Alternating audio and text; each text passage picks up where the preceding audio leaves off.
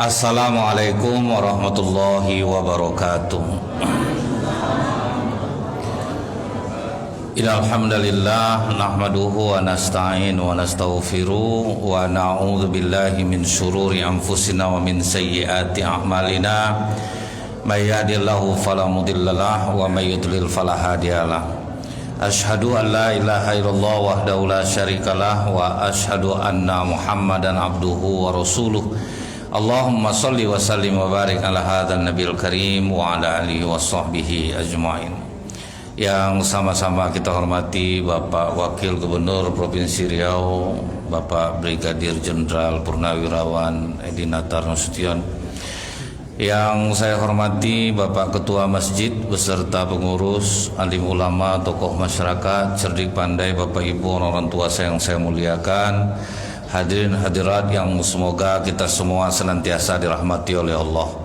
Tidak bosan-bosannya kita selalu mengucapkan alhamdulillahirabbil alamin atas segala nikmat yang Allah limpahkan kepada kita, yang mudah-mudahan dengan nikmat itu membuat kita semakin dekat kepada Allah dan semakin ditambah Allah lah nikmatnya untuk kita.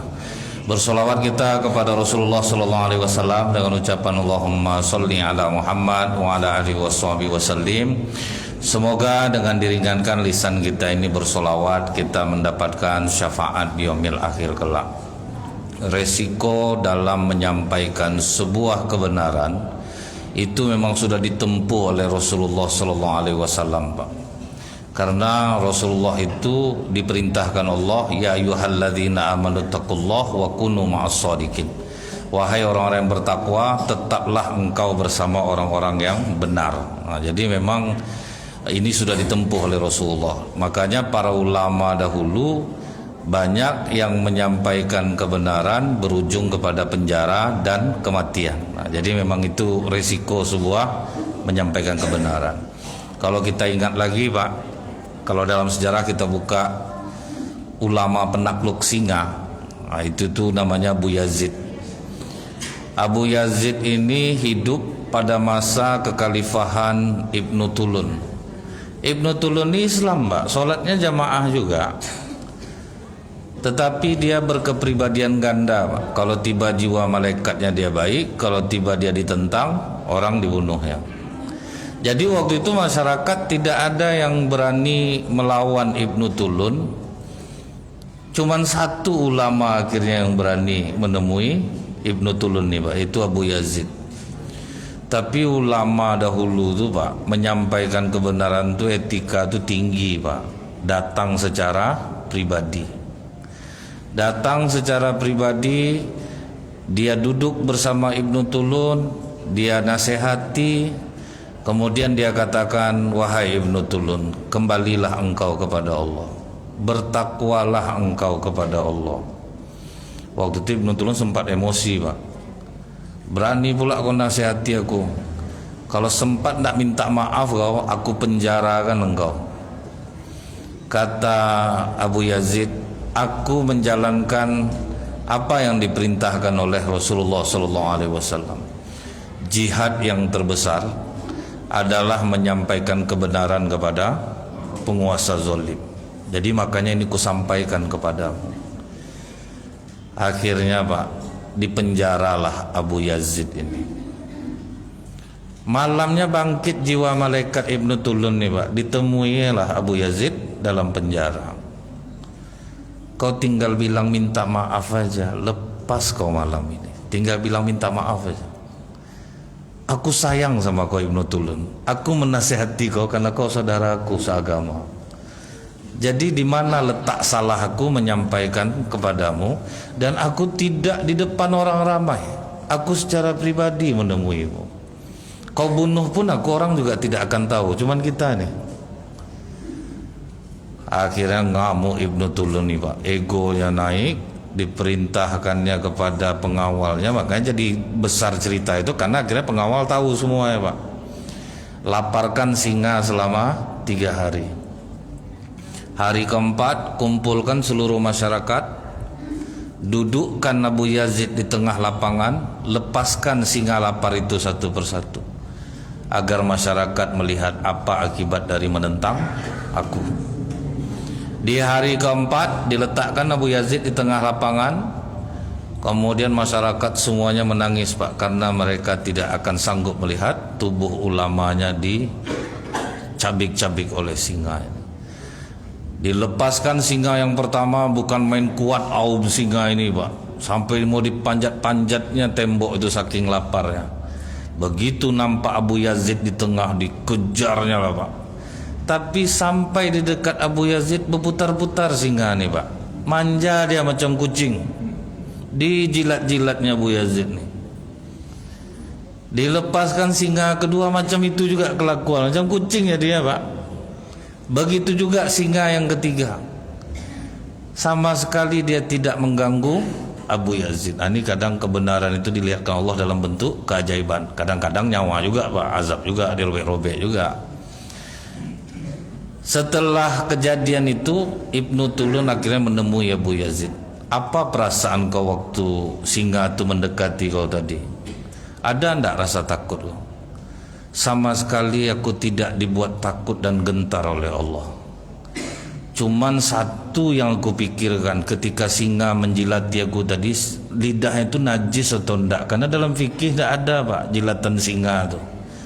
Justru itu yang dipikirnya, ke ilmu yang dipikirnya sedang dia kena itu tuh Pak. Akhirnya itu yang membuat Ibnu Tulun berubah, karena kebenaran yang disampaikan oleh Abu Yazid. Dan inilah yang ditiru oleh para ulama-ulama. Makanya mereka itu ibaratnya kematian itu sesuatu yang indah bagi mereka. Makanya seperti Suriah, Palestina, mereka selalu bilang ulama itu Pak, jangan tayangkan kesedihan kami, jangan tayangkan rumah kami dibom, jangan tayangkan anak kami berdarah-darah, karena kami sudah menjual diri kami kepada Allah. Cuman orang Indonesia itu yang diambilnya Bu untuk nyari sumbangan. Tengoklah saudara kita di Palestina, itu tuh yang kadang entahlah, nggak tahu juga kita.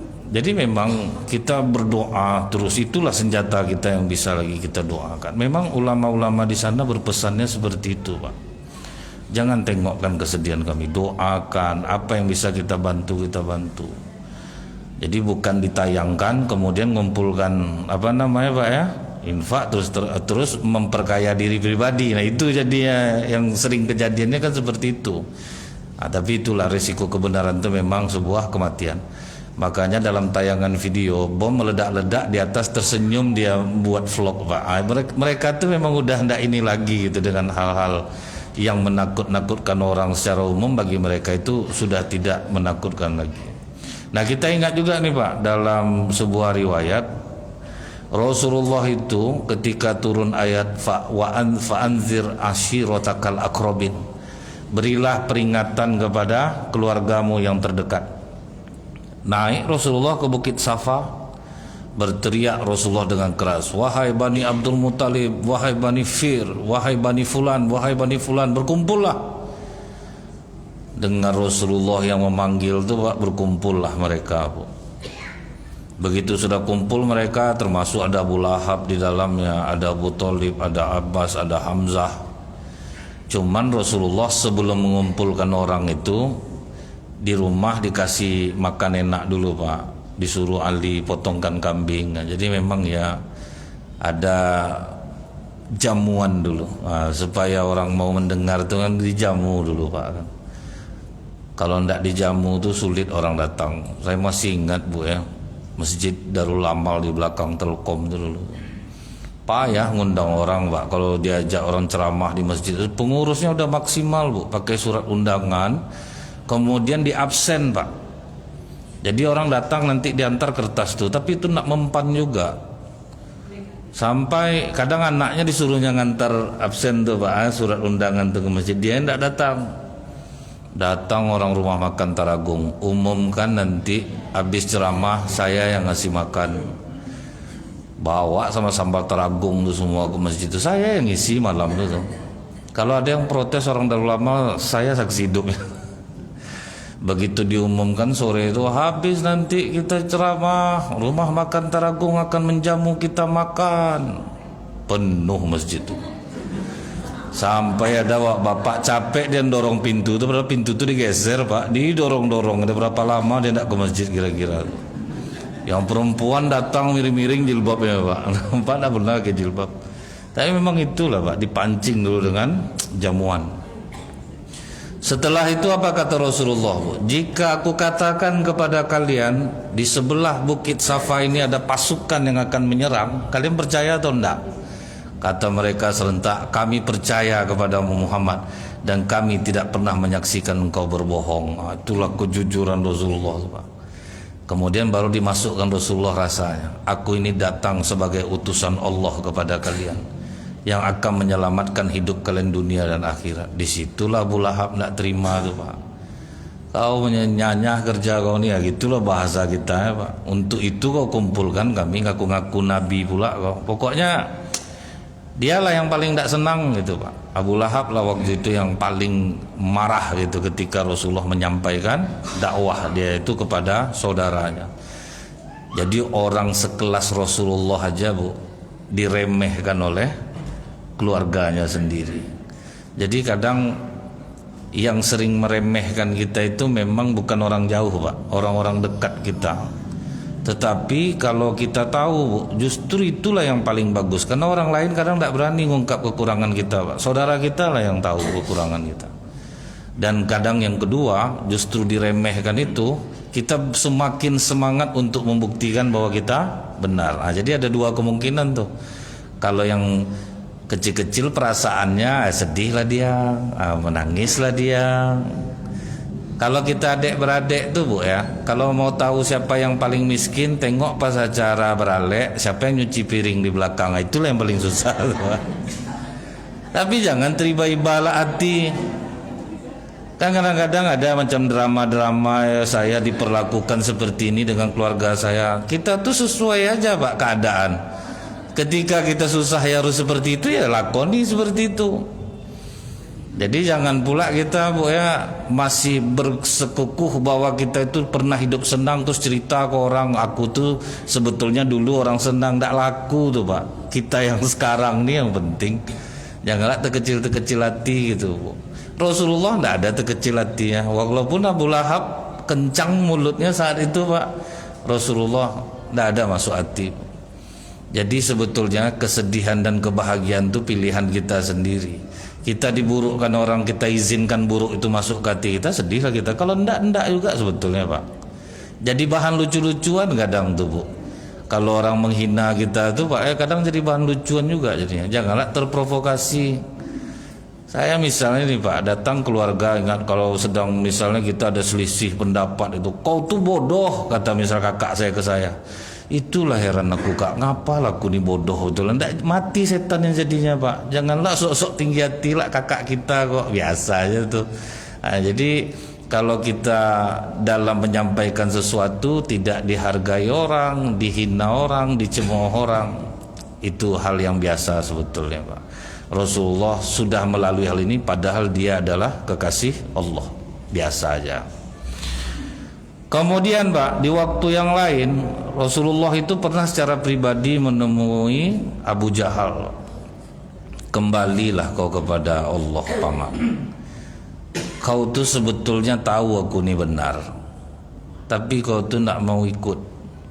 Kata Abu Jahal, kau hanya butuh persaksian kan? Kalau kau udah menyampaikan risalah kau nih. Kalau kau butuh persaksian, aku sudah mensaksikannya. Tapi kalau kau suruh aku beriman, sorry dulu Muhammad. Tidak bisa kau memaksa aku untuk beriman kepadamu. Kalau kau butuh kesaksian aja, kau udah menyampaikan, aku jadi saksi, kau udah menyampaikannya. Tapi sorry dulu aku tidak bisa ikut. Oh, keras pak. Sebetulnya kan itu cuma pak. Kau butuh saksi aja kan? Oke, aku dengar. Kan kita sering juga gitu pak. Tapi aku tidak akan ikut. Akhirnya pergilah Rasulullah pak. Setelah Rasulullah pergi, Abu Jahal ngomong ke Mughirah bin Syu'bah, sebetulnya aku tahu yang dibawa dia itu betul, cuman gengsi aku ngakui itu. Itu rupanya ada pak. Macam-macam kita juga lah pak, gengsi kadang-kadang pak ya. Kalau anak memprotes kita tuh bangkit ego kita, tua bapak dari kau ini lagi, itu udah senjata terakhir tuh. Tak bisa dibantah lagi, itu ilmu terakhir tuh, ego kita naik. Nah, Abu Jahal mengakui ke Mughirah bin Syu'bah, aku mengakui dia itu nabi. Dia betul sebetulnya, cuma gengsi aku melakukannya.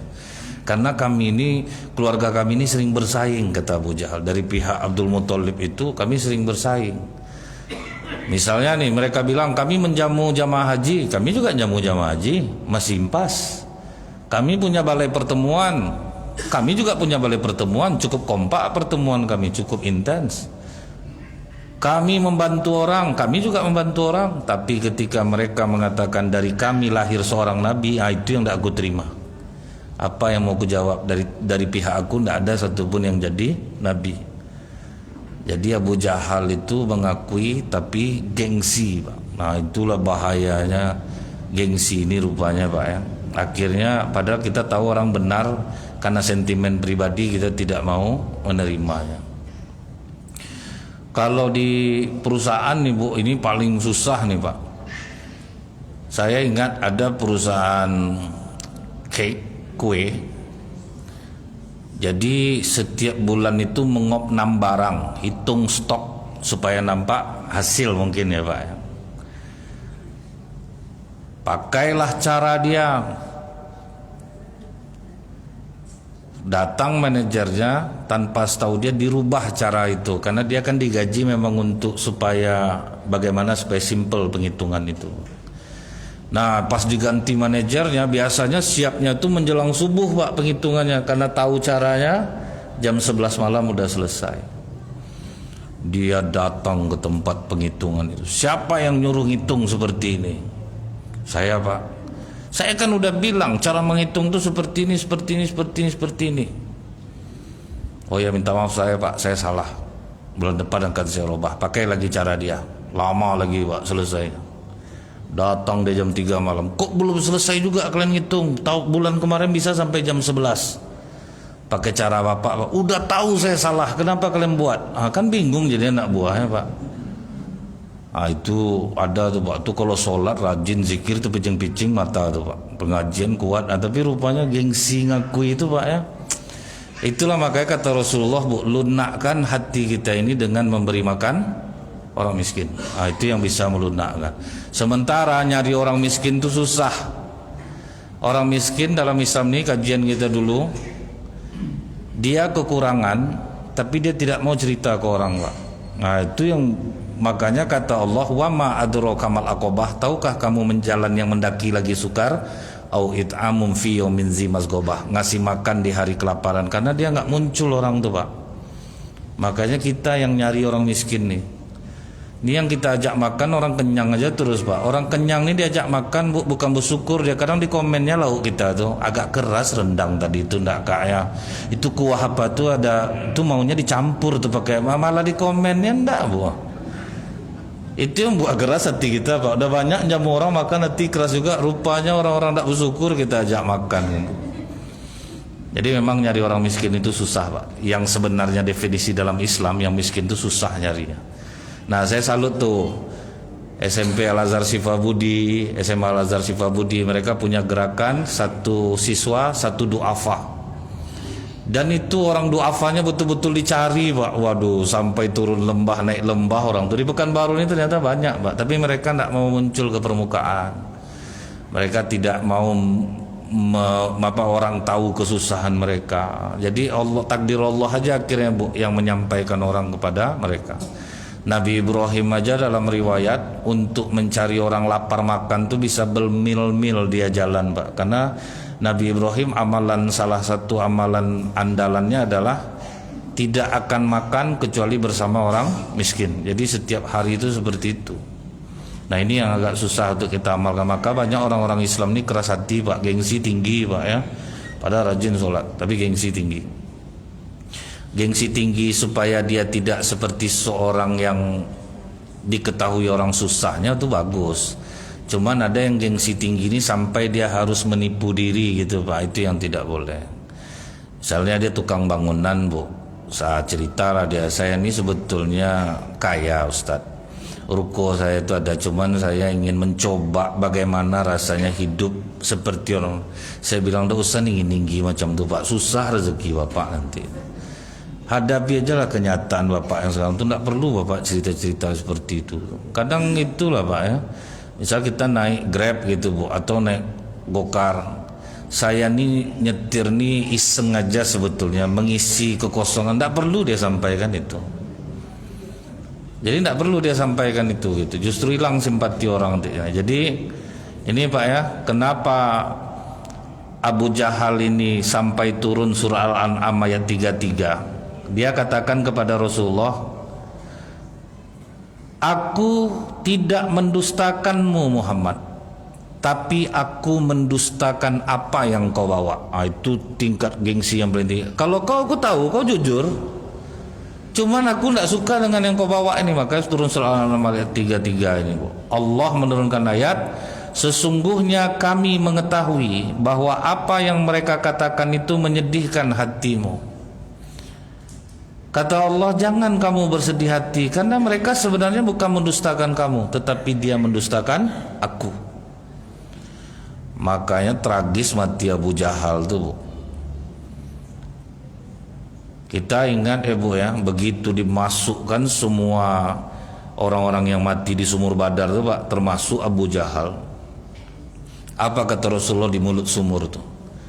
Wahai orang-orang Quraisy, sudahkah kalian menemukan apa yang dijanjikan Allah? Ketawa Umar waktu itu, ya Rasulullah, mereka kan sudah mati, kenapa diajak bicara? Umar, lebih tajam pendengaran mereka daripada kita yang hidup ini. Cuman mereka tidak bisa menjawabnya. Makanya kalau ada orang ziarah Pak, ngomong dia sama makam tuh, jangan dihina Pak. Kan ada waktu itu saya nengok tayangan, orang pergi ke makam, cerita dia Pak, ini anak kiai yang sini, ini anak ini. Karena memang mayat itu mendengar, makanya orang bicara malah dianggap aneh, padahal enggak Pak. Apa kabar Pak? Sehat Papa? Mudah-mudahan Allah menempatkan Papa di tempat yang terbaik ya Pak. Ini cucu Papa. Dia mendengar, kata Rasulullah. Nah, setelah selesai itu, ada sahabat yang lewat beberapa hari kemudian Pak, melewati Badar. Tiba-tiba dia terkejut, nampak kepala orang menghitam menjulur minta air, haus, haus. Tahu-tahu datang dari dalam orang besar, merantainya, menariknya balik ke dalam. Diceritakannya ke Rasulullah. Kata Rasulullah, itulah hukuman Abu Jahal sampai hari kiamat. Makan lagi gengsi itu kan Pak eh? Akhirnya terlihat nyata loh Bu, azab itu waktu itu oleh salah seorang sahabat. Kemudian bukan itu saja, kadang risiko dakwah Rasulullah itu Pak, sampai pembulian. Nah, jadi dalam hadis ini orang-orang Quraisy datang ke Rasulullah. Setiap nabi itu Muhammad, dia punya mukjizat. Kau belum ada nampak kami mukjizat macam Musa, tongkat bisa berubah menjadi ular. Gini aja lah Muhammad, bisa kau rubah Bukit Safa ini jadi emas. Masuk Islam kami semua, syahadat kami. Itu agak bersemangat Rasulullah Pak. Ingin Allah memberikan mukjizat, menjadikan Bukit Safa menjadi emas. Berdoalah Rasulullah, ya Allah, mereka berjanji jika Bukit Safa ini menjadi emas, mereka akan bersyahadat dan mengakui aku sebagai Rasul. Turun malaikat Jibril, ya Rasulullah, kau ingat umat-umat sebelumnya, jika sudah meminta mukjizat kemudian mereka tidak menerimanya, maka Allah membinasakan umat itu. Allah akan jadikan Bukit Safa ini emas. Apabila orang Quraisy tidak menerima kerasulanmu, mereka akan dibinasakan Allah.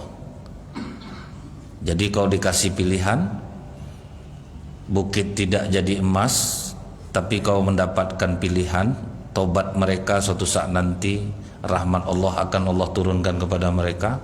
Atau jika bukit ini jadi emas, maka mereka tidak ikut, akan dibinasakan oleh Allah. Akhirnya Rasulullah memilih untuk dibuli. Aku tidak ingin Bukit Safa ini menjadi emas. Aku ingin Allah menerima tobat mereka suatu hari nanti dan menurunkan rahmat untuk mereka. Itu tidak jadi emas Bukit Safa itu Pak. Berapa bulian yang diterima oleh Rasulullah. Padahal Rasulullah memikirkan keselamatan mereka. Mana bukti Muhammad? Batu ini tidak ada jadi emas sedikit pun. Jangan kan bukit lagi. Tidak usah kau bohong-bohongi kami. Itulah yang diterima oleh Rasulullah. Rela dibully Pak. Misalnya gini nih Pak. Rajin-rajinlah Bapak Ibu sedekah. Sedekah itu bisa memurahkan rezeki. Ustadz yang ngomong hidup payah Pak. Misalnya ini kan kadang dibully orang tuh Pak kan. Ngomong pandai, hidup payah tuh. Susah mau makan, ayo orang lah suruh sedekah. Itu hal yang wajar Pak. Karena orang selalu menjadi pembanding itu tuh. Ada orang jualan di pasar Bu. Yang jual minyak penumbuh rambut nih botak Bu, azab dibully orang. Dia jual obat penumbuh rambut. Tapi kepala botak itu memang itu risiko Pak. Jadi memang harus rela kita Pak kan. Ya udahlah, bully lah mau diapakan lagi. Selalu orang tuh harusnya itu harus terbukti, harus ini, harus itu kan itu ya Pak ya. Jadi Rasulullah Bu ya seperti itu kan bingung Pak cara membuktikannya. Padahal Rasulullah karena sayang sama dia. Jadi ini memang dalam kehidupan kita sehari-hari pun ini terjadi. Kalau tidak sesuai rasa dengan apa yang dipandang dia, berarti tidak ada nih ya. Padahal kan belum tentu juga itu yang menjadi ukuran sebuah kebenaran.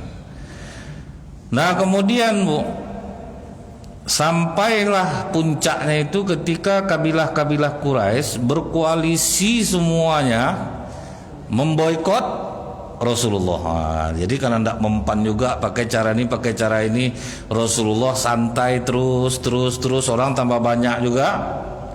Akhirnya mereka berkoalisi, kita boikot Muhammad dan seluruh umat Islam, termasuk keluarga Bani Hashim. Yang tidak Islam pun asal Bani Hashim boikot, tidak boleh menikah dengan mereka, tidak boleh bergaul, tidak boleh memberi mereka pasokan makanan. Disitulah habis duit Ummul Mukminin Khadijah Pak.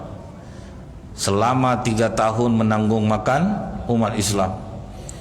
Padahal harta Ummul Mukminin Khadijah itu apa kata orang Bu? Dikumpulkan seluruh harta saudagar Arab baru sebanding dengan harta Ummul Mukminin Khadijah. Rela habis demi untuk dakwah suami Pak. Ngasih orang makan karena akhirnya harus membeli makanan jauh keluar, dan ada juga yang menyelundupkan makanan Pak. Itulah resiko dakwah Pak. Semua Bani Hashim akhirnya kena. Datanglah Abu Thalib kepada orang Quraisy. Keponakanku berkata bahwa perjanjian yang kalian buat pemboikotan keluarga Bani Hashim, tulisannya sudah dimakan oleh rayap dan yang selamat hanya kalimat Allah saja. Kan itu dijaga tuh Pak, kertas itu di dalam Ka'bah dijaga 24 jam. Kalau keponakanku berdusta, akan kuberikan dia untuk kalian bunuh. Itu jaminannya Pak. Katakan kepada mereka paman, ini setelah 3 tahun nih, kertas itu sudah dimakan rayap seluruh tulisannya kecuali nama Allah. Kalau betul, putuskan perjanjian pemboikotan ini, lepaskan kami. Kalau sempat tidak benar, berikan aku kepada mereka untuk mereka bunuh. Setujulah orang tuh Pak. Itu semangat ya Pak, bisa membunuh Rasulullah. Rupa pas dibuka ternyata benar Pak. Kertas itu sudah dimakan rayap dan hanya kalimat Allah yang tinggal. Nah itulah yang membebaskan Rasulullah dari pemboikotan. Itulah risiko dakwah itu ya Pak ya, berat memang. Kalau macam kami ini senang Pak, tidak ada kami ini mana lah. Tantangan tidak ada, benci orang paling orang diam Pak, kalau tidak keluar orang Pak kan. Macam dulu tidak senang orang dilempar orang pakai batu. Kalau sekarang alhamdulillah tidak Pak. Jadi kalau kami ini tidak bersyukur juga ya kelewatan rasanya itu Pak.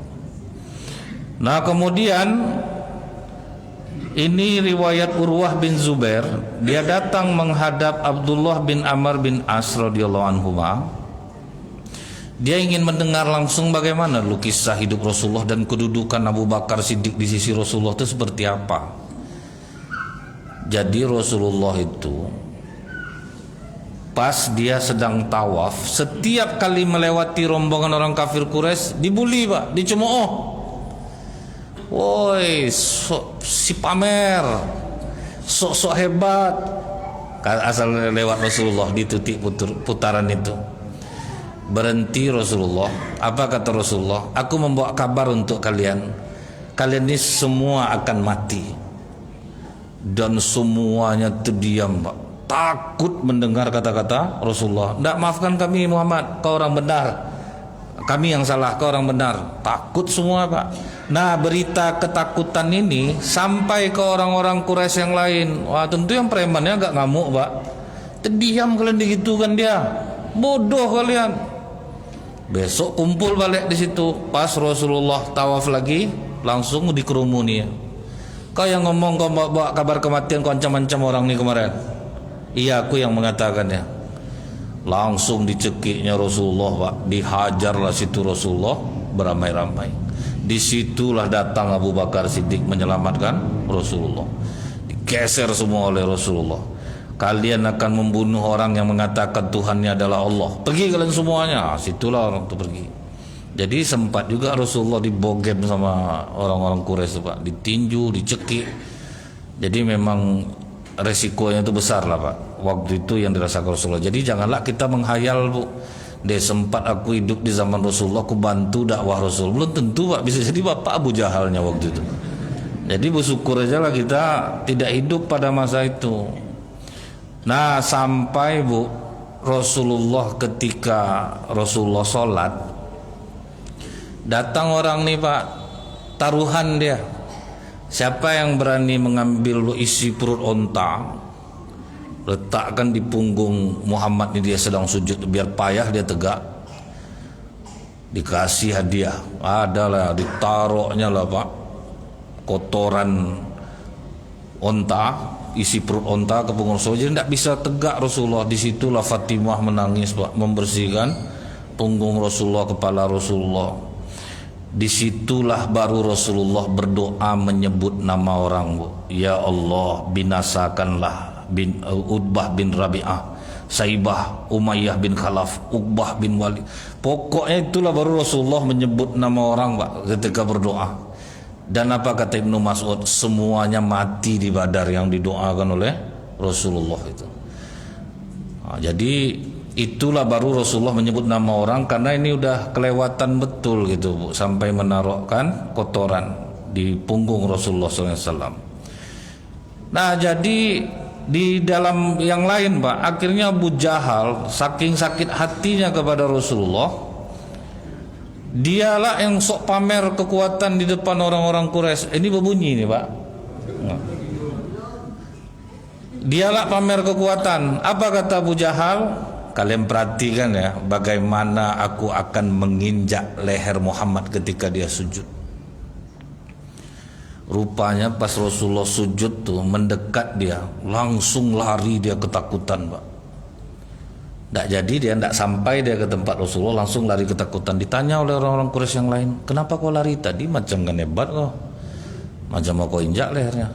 Di antara aku dan Muhammad sujud itu ada parit yang di dalamnya berisi api, dan ada makhluk yang berterbangan di dalam itu. Jadi setelah Rasulullah sholat, ditanya oleh orang, apa yang dilihatnya Rasulullah? Malaikat-malaikat bersayap, yang kalau sempat dia mendekati aku, maka malaikat itu akan mencabut tulangnya satu persatu. Jadi kata Rasulullah, itu yang dilihat oleh Abu Jahal. Salat Isya lah kita lagi. Assalamualaikum warahmatullahi wabarakatuh.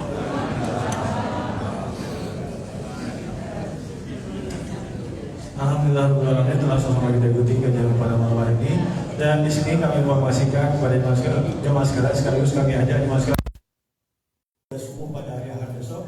Insyaallah kita akan melanjutkan kajian bersama Ustaz Dr. Yudi Irwan MSc.